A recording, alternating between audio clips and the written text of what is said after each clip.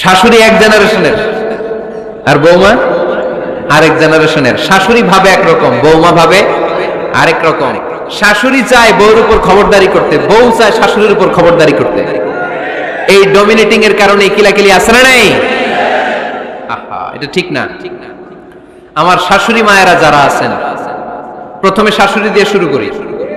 আমার মাইকের আওয়াজ যে ঘরগুলোতে যায়, আমার শাশুড়ি মাদেরকে বলবো, বউদের উপর অত্যাচার করবেন না। ছেলেরা প্রশ্ন করে, তোর কাছে তোর বউ বড় না আমি বড়?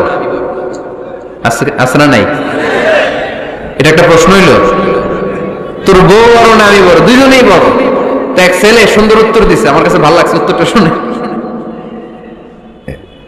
এক মা প্রশ্ন করছে, তোর এতদিন আমি লালন পালন করে বড় করলাম, জীবন যৌবন তোর জন্য শেষ করলাম, আজকে বউ পাইয়া বউ তোর আপন হয়ে গেল। এবার ছেলে উত্তর দিছে, মা, আমার মুখ থেকে মা ডাক শোনার জন্য তুমি কি কষ্টটাই না করছো জীবনে। 10 মাস আমারে পেটে ধারণ করলা, খাইতে পারো নাই, বমি করছো, খালি ওষুধ খাইছো, তোমার পেট কেটে আমারে বের করা হয়েছে, 2 বছর আমারে দুধ খাওয়াইছে, পেশাব পায়খানা পরিষ্কার করেছে। বয়স যখন 3-4 তখন তোমার আমি মা ডাকছি। এই মা ডাকটা শোনার জন্য তুমি এত কষ্ট করছো।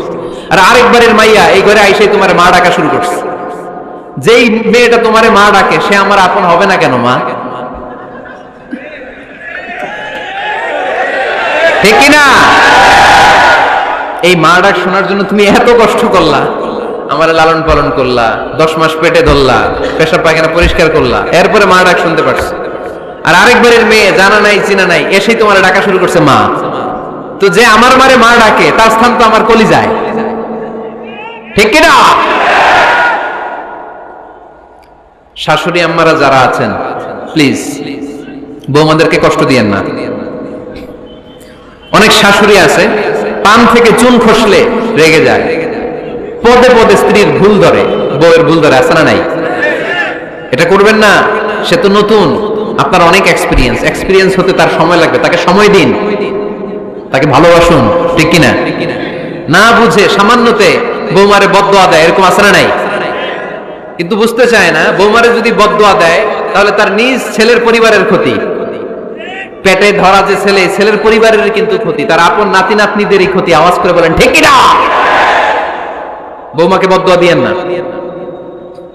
বৌমাকে নিজের মেয়ের মতো দেখবেন। সমাধান আমি দিচ্ছি, কেমন দেখতে হবে? নিজের মেয়ের মতো। নিজের মেয়ে সকালে ঘুম থেকে ওঠে 11টা, ওইটা সমস্যা নাই। বৌমা কেন উঠলো না, ওইখানেই ঝামেলা, আছে না নাই? মেহেরবানি করে আপনার বৌমাকে আপনার নিজের মেয়ের মতো দেখেন। নিজের মেয়েরে যেমনি আদর করেন তাকেও অমনি আদর করেন। আপনার বৌমারে যদি আপনি কষ্ট দেন, মনে রাখবেন আপনার নিজের মেয়েটাও আরেকবারের বউ হয়ে কয়েকদিন পরে যাবে। আপনি যা যা করবেন আপনার মেয়েকেও তারা ওই রকম কষ্ট দিয়ে বাড়িতে ফিরিয়ে দিবে। চিল্লায় বলেন ঠিক কিনা? খবরদার, টিট ফর ট্যাট। ইটটি মারলে পাটকেলটি খেতে হয়। এজন্য শাশুড়ি আম্মা জানারা যারা আছেন, বৌমার সাথে খারাপ আচরণ করবেন না মেহেরবানি করে। তাকে আপনি কষ্ট দিলে আপনার নিজের মেয়েটাও আরেক বাড়ির বৌমা হবে, সেও ওই বাড়িতে এই কষ্টগুলো ভোগ করবে। এগুলো যখন আপনি শুনবেন তখন আপনার চোখ দিয়ে পানি পড়বে কি পড়বে না? পড়বে। এবার আসেন বৌমার কথা বলি। বৌমা যারা আছেন মেহেরবানি করে, বৌমা যারা আছেন মেহেরবানি করে আপনার শাশুড়ি আম্মাকে নিজের মায়ের জায়গায় রাখবেন। আপনার বাড়ি ছেড়ে নতুন বাড়িতে আসছেন, তো এটাই তো আপনার বাড়ি। আপনার মা রেখে দিয়ে নতুন মা পাইছেন, এটাই তো আপনার মা। তো ওনাকে মায়ের জায়গায় বসাতে আপনার সমস্যাটা কোথায়? বৌমারা খেয়াল রাখবেন, আপনি আপনার শাশুড়ির সাথে যে আচরণটা করতেছেন, আপনার শেষ বয়সে আপনার ছেলের বিয়ে দেওয়ার পরে যে বৌমাটা আসবে ওই আচরণই আপনাকে ফিরিয়ে দিবে। The nature has its own return. প্রকৃতির একটা মাইর আছে, এটা শেষ মাইর, এটা শেষ খেলা। প্রকৃতির খেলা বড় খেলা। আপনি আপনার শাশুড়ির সাথে যে আচরণ করবেন, আপনার শেষ বয়সে আপনি একদিন শাশুড়ি হবেন, এটা মাথায় রাখবেন। ওই আচরণই আপনি ফিরে পাবেন। আওয়াজ করে বলতে হবে ঠিক কিনা? এজন্য 9 নম্বর পয়েন্টস হচ্ছে মিউচুয়াল রেসপেক্ট। সবাই যেন সবাইকে ভালোবাসি। দোষ ছাড়া মানুষ নাই, সবার দোষ আছে। আমরা যেন একে অন্যের দোষ না খুঁজি। বৌমারা, আপনাদের কেন যদি আমার মাইকের আওয়াজ যায়, অল্প কিছু টেকনিক অবলম্বন করলে আপনি আপনার শাশুড়ির মন জয় করতে পারবেন। শাশুড়িরা আসলে বেশি কিছু চায় না, আগের জামানার মানুষ তো, এদেরকে ওইভাবে হাত করতে হবে। মাঝে মাঝে একটু শাশুড়ির মাথায় তেল দিয়ে দেন, চুলে তেল দিয়ে দিবেন আর কি, মাঝে মাঝে চুল আশ্রয় দিবেন। এগুলো কিন্তু খুব পছন্দ করে শাশুড়িরা। ওনার প্রেশারটা একটু মেপে দিবেন, ডায়াবেটিক্সের ওষুধটা খাইলো কিনা সময় মতো খোঁজ নেবেন, কি পছন্দ করে খেতে একটু রান্না করে দিবেন।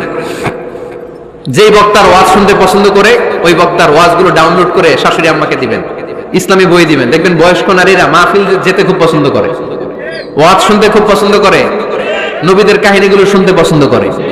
বসায় বসে একটু কাহিনীগুলো শোনাবেন। বাইরে বেরোলে জিজ্ঞেস করেন, আম্মা আপনার কিছু লাগবে কিনা। আরেকটা টিপস আছে, চুল যখন আঁচড়াবেন আর শাশুড়ির মাথায় যখন তেল দিয়ে দিবেন তখন অতীতের কথা জিজ্ঞেস করেন। দেখবেন অতীতের স্মৃতিতে হারিয়ে গিয়েছে আপনার শাশুড়ি। কি জিজ্ঞেস করবেন জানেন? জিজ্ঞেস করবেন, আম্মা জান মুক্তিযুদ্ধের সময় আপনার বয়স কত ছিল? ওই সময় মুক্তিযুদ্ধের সময় আপনাদের এলাকায় কি কি হয়েছিল মা? আরেকটা প্রশ্ন করবেন, মা বিয়ের সময় আপনি কেমন ছিলেন? ওই দিন দেখবেন বুড়ি আর বুড়ি নাই, জোয়ান হয়ে গেছে। ওই দিন বলবে, মা আমি অনেক সুন্দরী ছিলাম, আমার মাথায় অনেক চুল ছিল, আজকে নাই। আমগো গ্রামে আমার সাথে সুন্দরী মাইয়া ছিল না। অতীতের স্মৃতিতে স্মৃতি হাতড়াতে হাতড়াতে তিনি হারিয়ে যাবেন। জিজ্ঞেস করবেন যে মা শীতকালে আপনাদের দেশে কি পিঠা বানাতেন আপনি যখন ছোট ছিলেন, আপনার বাপ চাচারা কি করতো? এগুলো জিজ্ঞেস করলে উনি স্মৃতির পাতা হাতড়াতে হাতড়াতে চোখ দিয়ে দাঁড় দাঁড় করে ওনার পানি ঝরতে শুরু করবে। আপনার জায়গায় ওনার হৃদয়ের মনি কোঠায় এমন জায়গায় পৌঁছবে আপনার ছাড়া উনি কিছুই বুঝবে না। বৌমারা এই অল্প কিছু টিপস অবলম্বন করে আপনারা আপনাদের শাশুড়ির মনকে জয় করতে পারেন। শাশুড়ি বৌমার দ্বন্দ্ব আমরা চাই না। আমরা চাই শাশুড়ি বৌমাকে নিজের মেয়ের মতো জানো, আর বৌমা শাশুড়িকে আপন মায়ের মতো